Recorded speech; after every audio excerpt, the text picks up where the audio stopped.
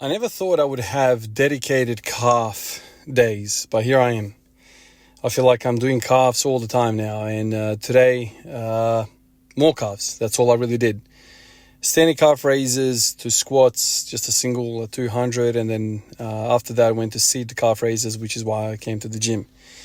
It's funny, I remember years ago, I don't know if you guys know who this guy is, but I remember stumbling onto a channel,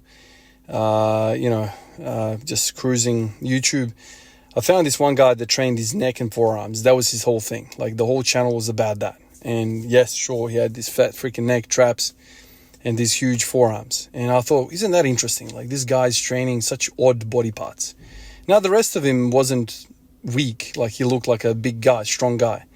Because when you think about it, when you train your neck and your traps and your forearms, and I guess in my case, calves, these are the body parts usually that are lacking for most people. They're kind of like the afterthought, the side effect of exercises. No one really has a neck day, or no one really has a forearm day. As frequently, I guess, I'm sure there are guys, but as frequently as a chest day and a back day, right? So like there's much more popular body parts out there. But the interesting thing about these body parts, I can't speak too much about the neck and the traps and all that, but I can speak on forearms and calves, is that these things are just a different type of tissues. They can take a lot of freaking volume, man. A lot of freaking volume. Like, so yesterday I was doing standing calf raises loaded. So I had 2 plates aside on the belt squat machine, and I was doing that. And I felt like I destroyed them. Well, I wake up this morning as though I didn't do anything. So I was like, okay, let me do another calf raise day in a row. Why not? And so today I did the seated calf raise. Now, when you first start doing calf raises, like out of the blue, you decide to do some seated calf raises, you do 5 sets of 20 or 30 or whatever you want to do. The next day, you're going to be debilitated. It's like a huge assault. But then you string a couple of these sessions together, all of a sudden, it's very hard to produce the same amount of DOMs. Now, I understand. DOMs is not the whole story. There's more to bodybuilding. There's more to strength training than just DOMs. But usually there's other, side effects. Like usually there's tightness, there's soreness. There's just lack of strength. You feel like you're really weak, lethargic through the muscle. Like, there's other signs that you've really worked it out. I woke up this morning and I was like, yeah, sure, I'm a little bit tired, but it's not like what I thought it was going to be. So I thought, let me do another freaking session. This time I'll sit down on a chair and do seated calf raises. Same with forearms, man. Like, so, nowadays I feel like I'm doing calves and forearms almost every day. I might throw in a day or two where I'm not doing it in a week, but I'm doing a high frequency, man, like four days a week, at least 4 or 5. Man, I'm trying 7 days, I'm sure. So like with the forearms, I'm doing pronation, I'm doing supination, and I'm doing rising. Those 3 things, I just rotate them. This morning I did the hammer, I did rising, like, so that, what's it called? I think the proper term for it is wrist abduction.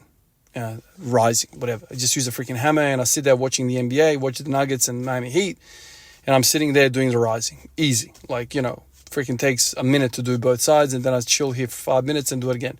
So as the game is finished, I've done 10 sets. Really cool. So it's like, yeah, cool. And then I get up the following day, I'm all good. So it's almost like this tissue that I'm talking about, these calves and forearms, they can take a lot of abuse. They can take huge volumes. And really, when you think about it, that's kind of what's required to push it. You doing 3 sets of 10 per week on calf raises ain't going to do anything. Unless you're some freak and you're hyper-respondent to calves, that's cool. For most people, man, like, that's not going to be the case. And I remember the famous story of Arnold. He struggled with his calves, even though he was on freaking gear and all of that stuff. We know the story about Arnold. Couldn't get gross calves. So he started doing them basically every day. At the start of every session, he started doing them, and he started seeing progress.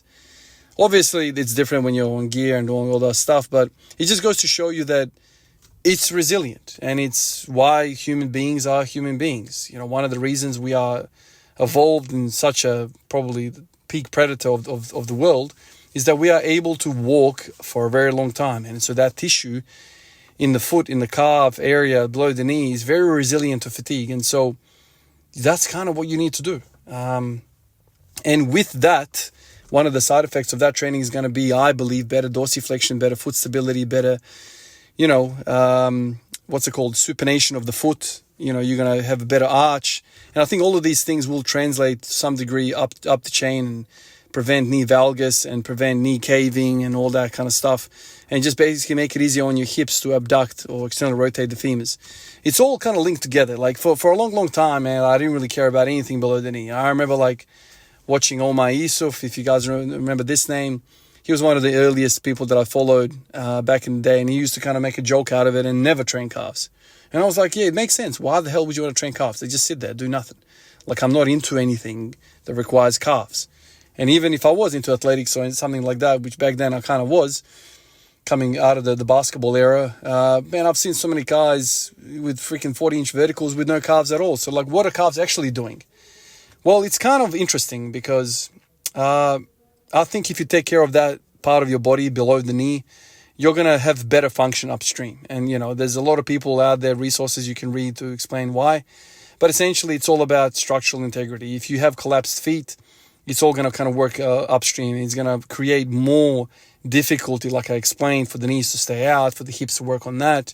So it's kind of like foundation up. You know, if you make sure the below the knee stuff is good, it's going to make your hips easier to function. And then, you know, you have that kind of like amplifying effect. Yes, sure. The glutes, the quads, the hamstrings, the lower back, all that stuff, that's the meat and potatoes. But this stuff is on the side. I feel like is easily done, easily trained, and easily recoverable. So I think it's on your days off, if you want to say, you can crank out a few freaking calf raiser sets. You know, I think it's well worth it. That's it, guys. That's all I got on my mind today. I appreciate you, and I'll catch you in the next one. Peace out.